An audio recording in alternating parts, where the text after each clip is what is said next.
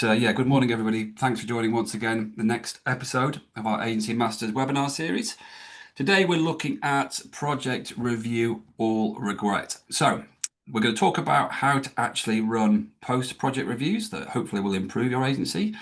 Not the kind that feel like a performance review tribunal, but the kind that make your team better, your clients happier, and hopefully your operations tighter. Before we jump in, for those who don't know me, I'm Steve. I'm one of the co-founders here at Agency Works. I've been working with agencies for well over 20 years now, and as usual, I am joined by my Agency Masters webinar co-host, Kate, who not only is a principal consultant here at the Agency Works, but has also had years of experience working in operations and client service roles at many agencies before jumping ship and joining us here. So thanks for joining us, Kate. This is probably a topic that resonates with you. It is indeed, and something that we still do at Agency Works. Very true. Yeah, it's not just an agency thing. As usual, session should last around about 25 minutes, so hopefully plenty of time to grab a brew before your next call.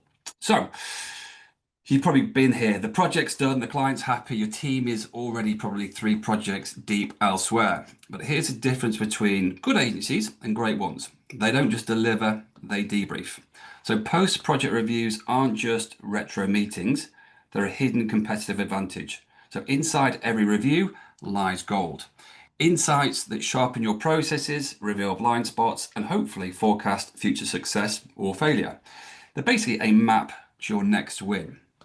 But the problem is most teams, not all of you, either skip them altogether or turn them into more kind of finger pointing exercises that leave everybody defensive.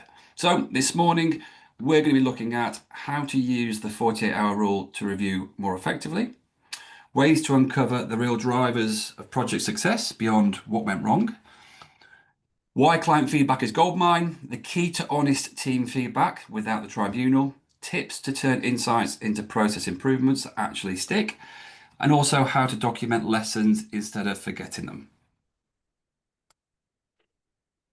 Yeah, lots to cover there. Lots to cover. So yeah, definitely. So we've all been there. You've just wrapped up a big project, and it may have been just gone a bit awry, and timeline shifted, scope crept. Maybe someone got sick mid-project. The client changed their mind 3 times, but despite it all, you pulled it off, and the client is thrilled. But here's what happens at most agencies, not all agencies. Absolutely nothing happens afterwards. No debrief, no what did we learn, just straight into the next project. And why? Because we're just all too busy, right? Or maybe something went wrong and you don't want to look at it. It didn't happen. Just ignore it. It'll go away, kind of thing. But here's what you're missing. When things go well, that's your gold mine. That's your case study, your testimonial, your referral opportunity, your chance to ask, what else can we help with? And then upsell to other divisions. And when things didn't go so well, that's when you need your reviews even more, because if you don't figure out what went wrong, you're going to repeat the same mistakes on the next project and the one after that. And here's the thing, the agencies that consistently win, the ones that aren't just talented, but seem to get better with every project, they do something different. They treat every completed project like it contains gold, because, well, it does. Okay, so before we dive into the how, let me show you the big picture. So post-project reviews aren't just one meeting. They're almost like a complete system, and here's how it works. So before each meeting, each team member individually competes their perspective on project learnings. Then, during the same week, your account manager reaches out to the client for feedback while it's still fresh in their mind. Next, you've got the review meeting. So this is where everything comes together. The team discusses everyone's feedback, you layer in the client feedback, and you extract the intel, and you then agree on improvements. Then finally, after the meeting, you document everything so it actually gets used. So one of the tips we find works well is schedule the reviews before the project ends. Make it part of your project closeout process. So almost like a non-negotiable calendar hold. Now let's walk through how each piece of that, and we'll show you exactly how to do it. So, first up, timing is crucial. So, the first sort of 48 hours, that's your sweet spot, that's your window.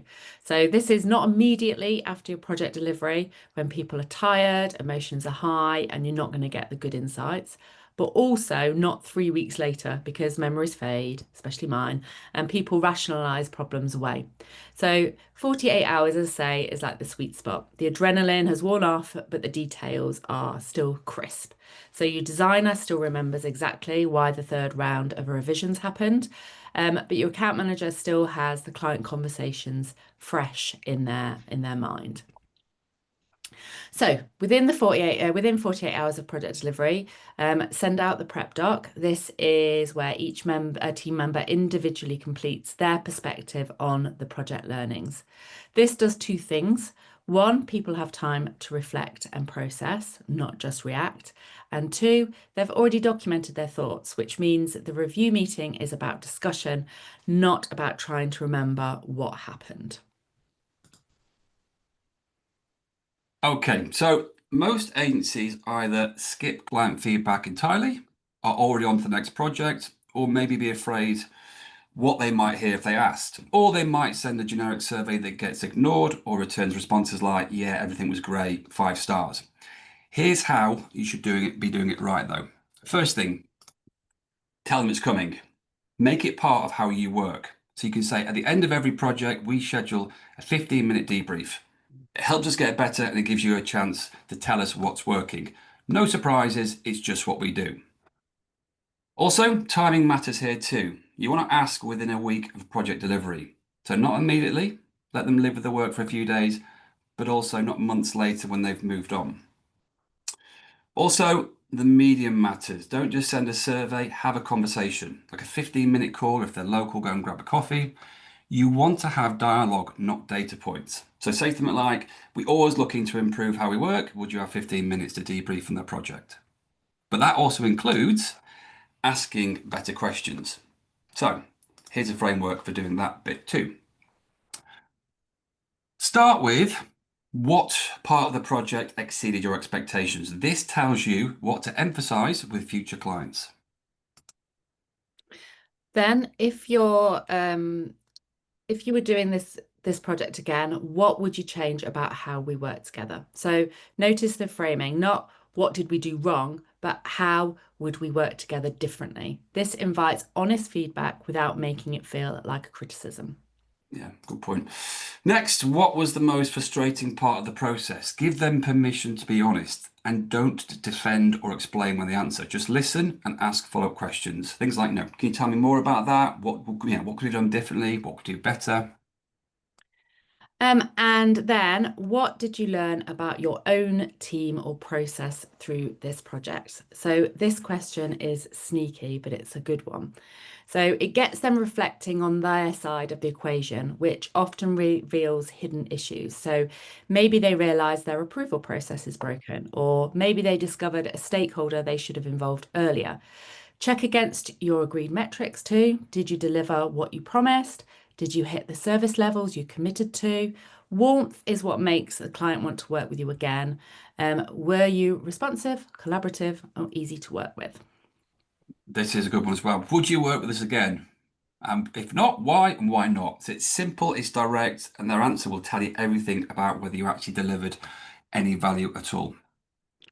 And finally, and here's where smart agencies go further, what else can we help with? Are there other teams or divisions we should be talking to? So this is your upsell opportunity. It's your referral opportunity. When they're happy, make sure you ask. So we've got the feedback. What do we do with it? So here's just some examples. The first one, pretty self-explanatory and obvious, but we thank them genuinely. Tell them that this really helps us get better.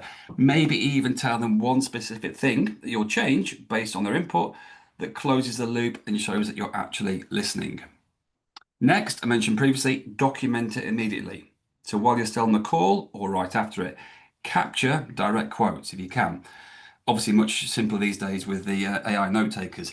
But a client who said, listen, the timeline was aggressive, but you were responsive when things shifted is really useful. Having something that says client was happy, not so much. Finally, we need to compare this feedback to your internal review. So sometimes what the client loved is different from what you thought went well, and that gap is important. It might mean that you're underselling certain strengths or overvaluing things that don't matter to them. One more thing is, if the feedback is tough, resist the urge to get defensive with your team. So this is learning, not blame. Sometimes clients are wrong or unreasonable, but even if they are unreasonable, that feedback can tell you something about expectation management or communication. And we know that the agencies that consistently win repeat business aren't just good at work, they're good at making clients feel heard. And that starts with actually asking them what they think.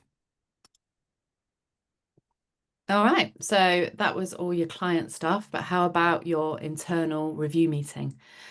So let's talk about how to actually sort of structure that conversation. So firstly, who should be there? Do you want a rep from each touch point on the project? So maybe your account manager, your designer, your developer, your project manager, whoever had meaningful involvement, and then you're getting the complete picture, not just one perspective. And here's a project learning framework that we actually use here at the agency work. So in quadrant one there, what should we repeat? So this is your gold mine. Maybe your developer jumped into the kickoff meeting and that completely changed the technical approach, or maybe sending the client work in progress updates instead of waiting for that final version built more trust. These are all the things that that you want to systemize. In quadrant two, what didn't work and what should we stop? So this is the problem section, but notice the framing, stop doing, not who screwed up.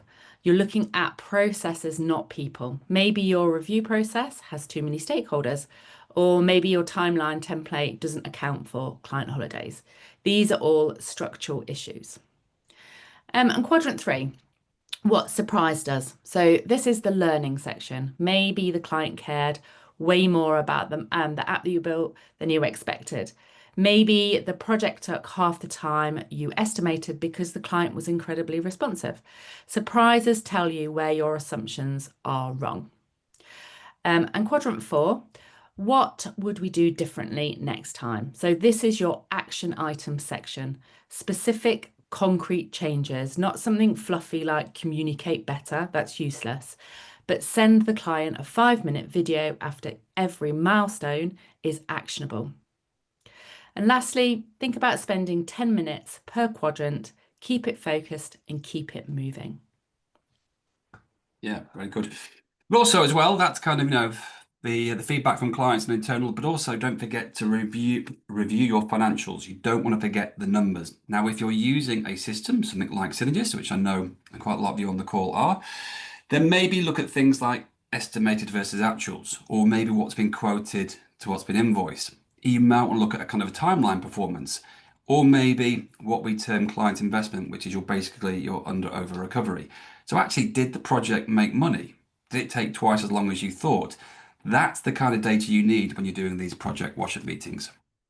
Yeah, absolutely. Those job dashboards are like mini P&Ls as well, aren't they, Steve? Yeah, They're very, very really useful. they're really, really useful. And if you are using Synergist and you aren't using your job dashboards, then do let us know because we can send you over some documentation or perhaps hop on a call and let you know how to use those best. Point. Okay, so the biggest barrier to effective post-product reviews, project reviews, isn't logistics, it's all about the psychology. So people don't want to be honest in retrospectives because they're afraid of looking incompetent, afraid of throwing someone under the bus, afraid of their boss getting defensive, or maybe even being afraid of being blamed. So, if you want honest feedback, you need to create psychological safety. And here's some tips and some rules how to do that. So, rule number one is no blame, only systems. So, establish this upfront. We're here to look at our processes, not to point fingers. If something went wrong, we're asking why our system allowed it to happen, not who messed up. This reframes that whole entire conversation. Rule number two, this is my favourite, leader speaks last. So if you're the agency owner or the ops manager, you talk last, not first. Because if you start with your perspective, everyone else will just agree with you, and then you get what you want is unfiltered input. Rule number 3, use retrospective formats that create distance. So instead of what went wrong, try what didn't work and what should we stop. It's the same question, but framing it makes it less personal. And rule number 4, separate observation from emotion. So when someone says that client was impossible, dig into that. What specifically happened? What did they do? You're looking for patterns, not venting. The client requested changes for approval 3 times is useful. The client was difficult isn't. And rule number 5, ban the sandwich method. So you know the one. Here's something good, here's the criticism, and here's something good again. So it's condescending and everyone sees through it. Just be direct. Adults can handle straight feedback if it's delivered with respect. And here's a little facilitation trick. Use the phrase, help me understand, instead of why did you? So help me understand what happened with that timeline. That feels collaborative. Why did you miss that deadline? Feels accusatory. Same information, totally different energy. The goal is to make the review feel like puzzle solving, not performance review. We're all on the same team trying to figure out what works better. Frame it in that way and people actually start telling you the truth. Cool. So you've got all of that insight, pages of it. Here's where most agencies fail. Nothing happens. All those insights die in a miscellaneous Google Doc somewhere. Everybody goes back to working exactly the same way, but the improvement loop is how we prevent that. So here's a system that we would recommend that you used. Step 1, prioritize. You can't fix everything and you shouldn't try. So at the end of the review, ask if we could only change 3 things before the next project, what would they be? Maybe vote on it, maybe get a consensus. And make changes specific. So I sort of touched on this a moment ago, but not things like improve communication. That's not a change, that's a wish. So instead, add a 15-minute client check-in every Monday. That's doable. Also, from an accountability point of view, you need to assign an owner. So every change needs one person whose job it is to implement it. And set a test period. So we're going to try this for the next 2 projects and then we'll evaluate. So this does 2 things. It makes change feel less permanent and scary, and it gives you a clear moment to assess if it's actually working. And then finally, we need to close the loop. At the start of your next post-project review, begin by reviewing the changes you committed to last time. Did we do them? Did they work? So this will then create the accountability that shows your team that you're actually changing things based on these conversations. So that's the improvement loop. Your insights become actions, your actions become habits, and hopefully your habits then become your operations. Okay, so we've mentioned before, every project teaches you something about how your client thinks, decides, and operates. So your post-project review is a client intelligence operation. Here's some examples of the intel that you should hopefully be extracting. First thing to note is decision-making patterns. Who actually makes decisions at the client? So your main contact might need to run everything past their boss, who you've never met. Or maybe there's somebody in legal who has veto power. Next, your communication preference. So does the client want detailed emails or do they prefer a quick Slack message? Do they want to be involved in every detail or do they trust you to run with it? Some clients ghost you for weeks, then panic respond. Others want daily updates. So this isn't just nice to know, this is how do we make the next project smoother? What they actually value. Did they actually respond to you during the project? Did they light up when you showed them the analytics? Did they forward your creative concepts to the entire company? Do they care about the thing you spent 3 weeks perfecting? So this tells you what to prioritize next time. Then there's always the hidden stakeholders. So who appeared mid-project that you didn't know about? The brand manager who wasn't involved in the original conversations. So map the actual stakeholder ecosystem. And then finally, budget psychology. So do they say yes to everything and then freak out when you produce an invoice? Or do they have end of quarter budget that they need to spend? So this affects how you scope and price future work. So we need to create a living client profile that gets updated after every project. And then when someone on your team starts the next project with that client, they get to read that and they'll understand how to deal with them. This is how you go from being a supplier to being a partner, because you probably understand your client better than they understand themselves. Oh, that's an awful lot of information there, Steve. Yeah, It vote. gives you a bit of a brain overload, as saying on Yep. the screen at the moment. So how do you capture all of this so it's actually useful later? So I've got a few tips for you here. So the first one is create a project log. So you could use an AI tool to build a knowledge base, or you could use a simple shared spreadsheet. So one row per project. Columns for client name, project type, which is kind of obvious things to do, but then those quadrants that we spoke about early. So what do we repeat, stop, what surprised us, and then what we're going to do next time, and then the sort of the process change. So keep it super simple. And this will help you spot patterns across all your work. So things like, oh, we had scope creep on the last 4 e-commerce projects in a row. Maybe our e-commerce scoping process is broken. So this is what we're learning across our projects system. And then secondly, think about creating a client wiki. So this is client-specific intelligence. Remember to keep it polite. Create a simple wiki page for every major client.